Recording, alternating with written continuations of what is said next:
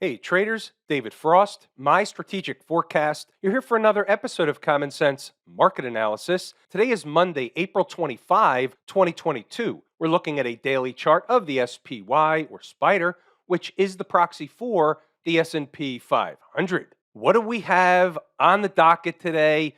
We have a laundry list of information. I have an endless supply of notes. This video may be a little all over the place. However, it'll all come together and you're going to get the point in what I'm trying to convey in the form of information, both A, in the bullish case, and B, on the bearish case. You need to pay attention to both because the market made a very, very important test today. And where was that test? Well, if you remember, we said if the market begins getting below this low here from the 18th, it opens the door for what? 421. That's the line down here. 421 is extremely important. Now, intraday traders from inside the numbers had some lower numbers below that. There were some good trades made in the room today, the live room. There were some great trades made from inside the number members across the board. What exactly do I mean by that? A, the lazy swing trader, an alert went out, we're buying 421. Now on that particular trade, that wasn't the first buy, but it was a buy. Which brings me to the elephant in the room. Let's talk a little bit about what happened last week, where I was in terms of my thought process and expectations, and then we'll have a brief discussion about getting caught with your pants down. So just in the spirit of fairness, I just want to reiterate a couple of things where I was and then where we are now and then where I am now. I originally thought we were going to put in another higher low somewhere in this neighborhood and then somewhere in this neighborhood. We were buyers in both neighborhoods. The market was starting to work out, meaning in that particular trade's favor. Thursday, we had the failure up here, and they came all the way down to run a test of the breakup candle low. And I said, okay, that was a little odd. It was kind of out of the ordinary. It's definitely in the 20% of the 80-20 rule. We talked about it on Thursday, and we knew one of two things. Either it was going to hold or the market was going to crack this low and 421 was essentially going to be activated. What happened? Friday was a throw the baby out with the bathwater, take them out behind the woodshed, shoot them 3 times. They killed the tape all day long. They stopped at one of the other numbers we talked about, right around that 4.25 neighborhood. And then today, early in the day, they got to 421, spiked it, spiked 420, a fat round number, and they reversed the tape. So on that particular trade, it was the third of 3 purchases of the S&P option trade. Just being transparent about it. The trade itself is certainly not in the money, but sometimes these things don't work out as planned. So obviously this one didn't or isn't. However, you have to have a plan B, C, and then this is where I have to cut them and run plan. That brings me to the cut them and run plan, which brings us back to the S&P on the daily chart. Let's have a discussion. We have to start with the main question that everybody would have, which is that a bottom, and are they going to at least hold another higher low? So we have a low, we have a higher low here, a higher low here, and now we have another higher low. Now, we've talked about this many, many times. The jeopardy is they break the chain of the higher lows. That opens a can of worms for a whole different thing going on. However, there's a spot where we can know that that scenario is unfolding first. We'll get to that later. First, let's talk about the northern direction. So we look at the chart and we say, okay, we see a higher low. We see a reversal day.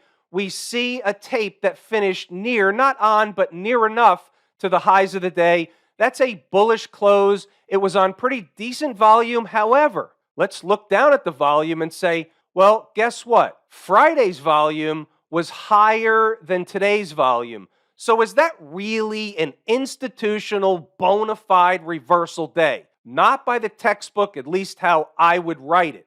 However, It's a good volume day. It's better than the average volume. So there certainly were buyers in there, whether they were forced buyers on a short covering spree or anything like, it doesn't really matter. The buyers were in there. It was on decent volume, and they had a nice reversal day on the chart. Okay, fair enough. Now, let's say they keep going. Let's say we see follow through in the morning on Tuesday morning. Okay, fair enough. Where's that place where it turns the tape back to at least beginning a real rescue operation rather than a bounce and a downtrend? I would get out your sticky notes for this one. I think this is an important number. Now, it's not the end-all be-all number, but it's where the rescue operation begins to really take hold. 435.65.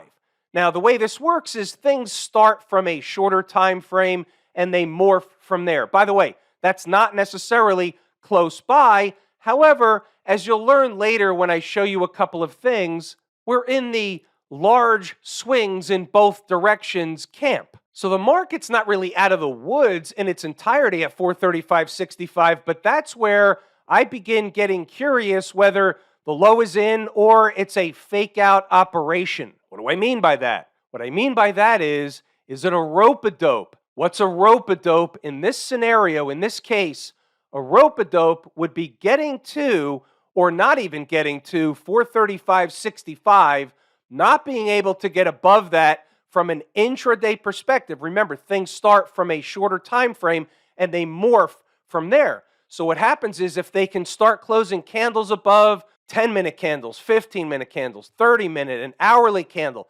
above 435.65, that's a pretty good signal. However, if they run up, come up short, and start coming back down, or if they run up, they touch it, they spike it, but they can't really sustain price above it for any period of time, that could be the rope-a-dope area. What exactly is the rope-a-dope area? Well, I'm going to show you. It's where the market puts in the higher low, it runs up in a dead cat bounce formation, but stays in the downtrend, it fails again, and it gets into what we'll call the rubber band breaking situation. Okay, now what are we talking about? Well, we've done this one before, so it's pretty simple. You stretch a rubber band, one of two things has to happen. Either you let go with one hand and it snaps back, or you keep stretching it and the rubber band will break.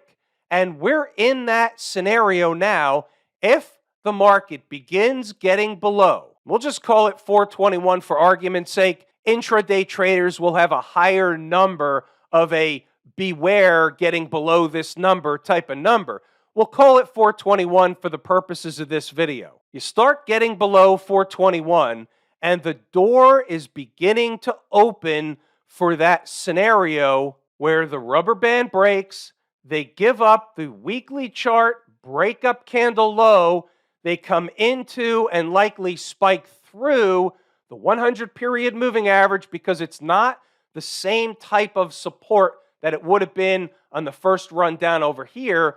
And then we're looking at other numbers, which inside the number members will have and we'll discuss on an as-needed basis. 421 is a Mac Daddy number. 435.65 is a different kind of Mac Daddy number. Why is that? Because that can really spark another bout. If we're up there, we've already had some short covering. It can spark another bout of a pie-in-the-face type of conveyor belt situation. Keep this in mind. Put this on a sticky note. Crashes don't happen necessarily from highs in the market. They happen from lows where the rubber band breaks. We've seen this before. We've been through this before if you've been here for a long time. So we're aware that it can happen, and at some point it will happen again. Remember, Friday was one of the largest or the larger down days on the board. That's not an accident. That's not a coincidence. They weren't necessarily in a hurry to make a higher low. The market's telling us 421 is important by having a rocket ride away from it. But keep this in mind and put this on the sticky note too. That doesn't mean they can't come back for a retest. Don't discount a retest. What about inside the numbers? I'd get out your sticky notes here too, because there's a lot to learn from inside the numbers today, in addition to the fact that many traders made a nice profit this morning in a couple of different ways. There's something for everybody. First thing is we had an experiment on the board. So let's scroll down. We'll circle back to stocks on the move later. We had some extra things. I'm going through an experiment. Not sure this is going to be permanent.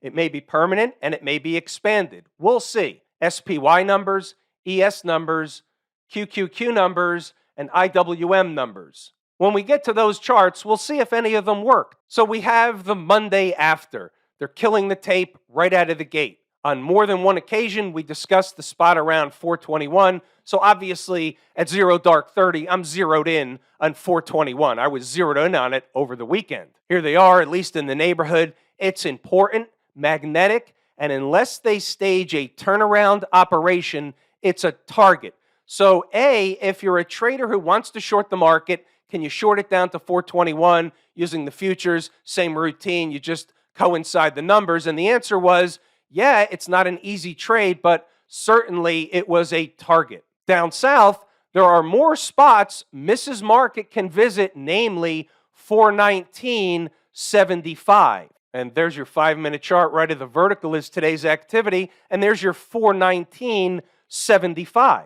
Was pretty darn close to low of day. Put out on the board, 0:30. The lower will be posted in a real-time type of format, and you'll see that later. It was posted.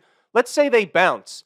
The first order of business will be get back to Friday's closing price of 426.07. Without that, no dice for a recovery operation. Now, that's the big picture stuff, but the intraday stuff was different. The intraday stuff, if you wanted to, you were able to ride the market up to 426.07. You'll see that later. Pause the video, read the notes, go back to the charts to double check the work. We're back in large swings in both directions.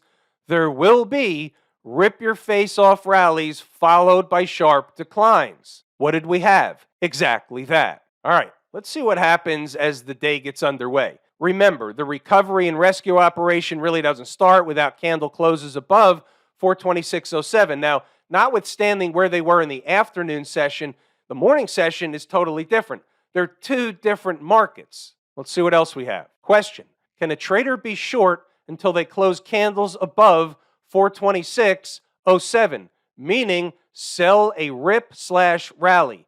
The problem is, where do you sell it? Meaning, what if they don't get up to 426.07, but I want to sell it? Well, that's the problem. 4.25, give or take, is also important. They never got up to 425. Not an easy trade, and for aggressive and experienced traders who understand the whipsaw and short squeeze risk. But here's the deal. They should get to 421, give or take, at some point. Well, they did that. 931, 421.75 can be support and bounce the tape. Okay, back to the 5-minute chart. So right out of the gate, the low is 421.82, and they ripped the market higher to 423.87. Doesn't look like much on this chart, but it is much. Why is that important? Well, I'm going to show you. 935, they bounced right in front of 421.75. So now we know a couple of things. It's important and unfinished business. Okay, that's two things. They stay above, we'll see if it's a pivot and they can rally the tape. However, it's unfinished business and they'll likely be back. Some other numbers on the board. Below 421.75 opens the door for 421. You guessed it. For now, 421.75 is our pivot. Now think about that phrase. 421.75 is our pivot. And look what happened. Here, all in here. They're testing it, can't get above. Here, they test it. Finally, they get above, but now they're testing it as support, right? When you're below, it's resistance. When you're above, it's support. Look over here. Came for a back test. Where is the low over here? Low in this candle, 421.75. Low in this candle, 421.81. Take off, never look back. 421.75 was the pivot. That's why at 950, you guessed it, 421.75 was the pivot. I'm still a buyer on a spike of 421. It would be a scalp trade with potential. How about an intermission? This is from a longtime member, Jeff. He knows what he's doing. He's learned a lot. He puts it into practice. Here's the email he writes at 10:52 a.m. Nice trade. I got 14 handles on the first contract, stopped out at 29 handles on the other contract. Hope you got the same or better. Nice trade, Jeff. Jeff's not the only one. I just want to show you that this is for real. People are making real money. You don't have to bet the farm at every price level. He had 2 contracts. If you add up those together, it was about a $2,200 profit in minutes. He's ecstatic. You're on to the next trade. You pile them up. Base hits put you in the Hall of Fame. Other traders may have held on to a trailer for what I like to call, and this is a technical phrase, an all-day sucker. 9:59, it's showtime for the Bulls. This is an area they can spike, but should snap back from, at least on a temporary basis, could take some time. 419.77, it should be 75, that's a typo, is the next number down. By the way, one of them shortly should bounce the tape. Here's the 30-minute chart. That was around 10 o'clock. Here's the candle ending 10 o'clock. It was at the low. What did they do right after that? They bounced the tape to where? 424.40. That's where Jeff and others made their money. Then they did the Macarena, the shakeout operation, the dance, before running higher into the end of the day. Read the notes. Go back to the chart to double check the work. I showed you the crux of the thing. There's your rip back in the other direction. You see the notes. Go back to the chart to double check the work. Read the notes. You got targets. If they're above X, they're going to go to Y target. That's the way it works. If you're at all interested or actively trading in the market during the trading day, then this is information that you can put to use each and every day. All right, let's circle down to stocks on the move. Healthy list this morning. The market was a little bit volatile. We had GDX, X, JPM. We'll take a look at those charts. They hit their numbers. The next 2, Apple and AU, did not. They're off the board. We'll take a look at Carvana. We'll wipe Facebook and FCX off the board. They didn't hit their numbers. Some came close, but they didn't hit them. So we'll take a look at the charts that did. While we're doing it, ask yourself, can you make money with this information? If the answer is no, then it's not for you. If the answer is yes, then it may be for you. First one on the board, GDX. 35.31 is the number on the board. The low happens to be 35.30. They rip it back in the other direction, making a high of 36.17. It's not a tremendous trade. It's a nice trade. It's better than a base hit. You're rounding second, pulling back with a stand-up double in minutes. Remember, this is a day trade. It's a scalp trade that has potential. Jordan took this one in the room. Other traders in the room took this one. He took profits along the way, and then he was out better than break even on the remainder of his position. That's the way you do it. U.S. Steel didn't do it in the manner in which they came close, they bounced up, they came into it later, they floundered around. You see what happened. The numbers work, they're important, but it's the manner in which they came up short of the second number. So this one just didn't work. It was a no trade, but the numbers work. That's the takeaway. It's all about the manner in which. Speaking of manner in which, JPM hovered over it for a while, came into it later, had the rocket ride away from the number. Again, some traders may have taken this one, other traders may have passed on it, but this was one of those in the manner in which becomes less and less attractive as the morning grows on. But, and know this, I would put this on a sticky note also. When you see the market, meaning the S&P 500 and the Dow and the Qs, when you see them starting to turn around, it's likely you're going to get the rising tide lifts all boats scenario, hence the explanation of, look what happened to JPM. Carvana, Jordan also got this one in the room. He actually, I believe, got 2 trades on this one. If not him, other traders got 2 trades on this one. 2 numbers hit, both numbers worked. It's hard to see the first one, but it worked within a split second. He puts orders in on an automated basis, so he gets an automatic fill. Just to show you what happened, here's a 30-second chart, which I don't even ever look at. But they came into the number here, and in the same candle, they also bounced up to, what was the number here? $79. They were also at $78.87 in the next candle. That's over a dollar bounce. So guess what? He's out of most of the trade on that bounce, or at least half of the trade, I should say. I think he may do 65%. That becomes a trader's choice type of thing, but you can see what happened. He got a profit in seconds. Don't ask me about the automated trading stuff. You have to ask him. Nevertheless, Carvana worked. Both numbers worked. You could see even later in the day. They tested the second number again, 76, retested it. They kept bouncing off of it. It tells you what? Yeah, it tells you the number works and it's important. By the way, here's another side note. Lazy swing trader. So we're in this trade. I'm not going to tell you what it is, but we're in this trade. The market's falling like a hot knife through butter, and this stock is sticking above the buy price. Dipped down below a couple of times, but it's been above almost the entire time the market's been falling. This is what's called relative strength. This is also what's called each chart is independent of one another.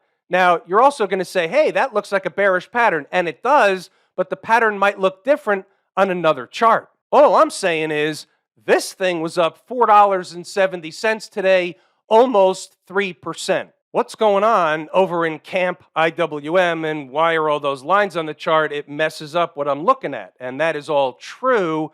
Let's talk about the IWM, and that'll explain the lines. So here's a big-time breakup candle, big-time breakup candle low, big-time reversal candle, big-time defense, all that kind of stuff. Same conversation we've talked about on the weekly chart for the SPY. Same conversation. Now, so the IWM has its reversal day. However, it's not out of the woods any more than the SPY or S&P 500 or other markets are out of the woods, but they were playing defense, but the higher lows have been broken.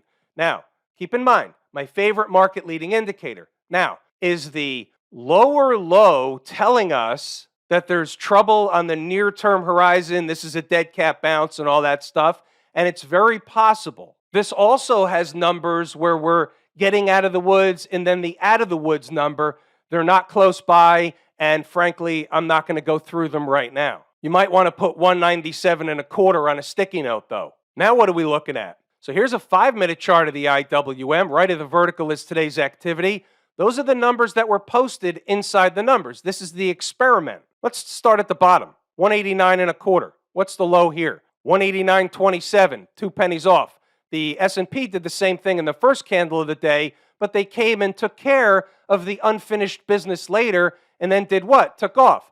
Was 191.10 resistance or support, or was it important? Yeah. Look at the retest over here. What's the low? How about 191.14? Close enough. What's the next number? 192.55. How did that work out? They came up short here, pulled back, came up here, spiked it, and still pulled back, finally getting through it to go where? To the next number. You get the point. So I would say that this was a relatively successful test. Traders that are interested in the IWM, I'll put these on the board for a while. If I get no interest, I'll pull them off the board. I don't need to do the extra work if it's not warranted. As far as the daily chart's concerned, it's a rising tide, lift all boats market. If they're all going up, they're all going up. If they're all going down and getting crushed, they're all going to get crushed. What about the folks down at the transportation department? Now, this is quite interesting. They've got a pretty solid higher low thing going on here. So this is not even close to the same looking chart as some of the other markets. Remember, this is my second favorite market leading indicator, but a number one canary in the coal mine are the transports telling us it's all clear, all systems are go. Well, they're not saying it yet, but if they get up to 15,410, 15,415, get above these two moving averages, the 50 and the 200 period, that's a convergence, get above there, and there's another leg higher in the offing under normal garden variety conditions, because you'll end up having one of these, right? So you have an A up, a B down, and a C leg up. This is corrective by nature, but it would have to be complete above the high of the A leg. Now, we don't know that this is going on right now, but this is the look of one of the possibilities. What's the other possibility? Well, this is a possibility. You came up, you came down and made a low, you're going to come up and fail somewhere short of the high and come all the way back down again. So you have to be aware of both sides of the tape. Remember, We're the umpire calling balls and strikes. How about the Q people? The folks out in Silicon Valley, annexed over in Austin, Texas. Now you have something different going on. You've already made a lower low, so we don't have the same routine. But again, you got the same all the market situation. The lines are from inside the numbers, and there's your short duration chart. Right of the vertical is today's activity, and you can see the numbers. Just the same, they worked just like they worked in IWM. Sometimes they come up a touch short, sometimes they spike through, but the numbers work. You can see the important numbers are support when price is above, the resistance when price is below. Where's the get out of jail free card for the Qs? You got to get up over 336 to make any hay. Until then, it's just a dead cat bounce in a downtrend. That's it. How about the XLF? What's it trying to say? Well, look at this. It made a lower low today. It was a debacle for the last 3 days, or at least 2.5 days, trying to get up into and through the moving averages, coming down in a failure formation like everything else. But this made a lower low. So here's the thought process. My thought process is if the financials are going to collapse, everything's going to get taken down with it. And if the financials are going to bounce, it's unlikely the market's going to collapse. But are the financials sending a flare up in the air by making a lower low? That's now our bogey, our line in the sand, Irene.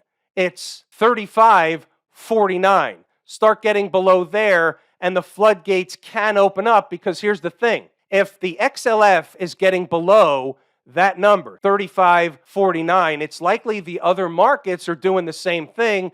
They're likely either getting to or already below those numbers that open the floodgates for the rubber band to snap. So that's how I'm viewing the XLF right now. It could be somewhat of a canary in the coal mine as well. Smashmouth, kind of on the same program as the XLF. They're already making lower lows. Is it the flare up in the air? The trend is down. Everything's down. It's creeping lower. It's going lower. They can't get a rescue operation going. It's telling us something. Either it's one heck of a bottoming process / fake out operation, or they're going lower. Have I told you how much I appreciate each and every one of you? Without you, these videos are not even possible. That is true and accurate information. We're pulling the ripcord here today. I'm David Frost, my strategic forecast. Thanks again for tuning in to another episode of Common Sense Market Analysis.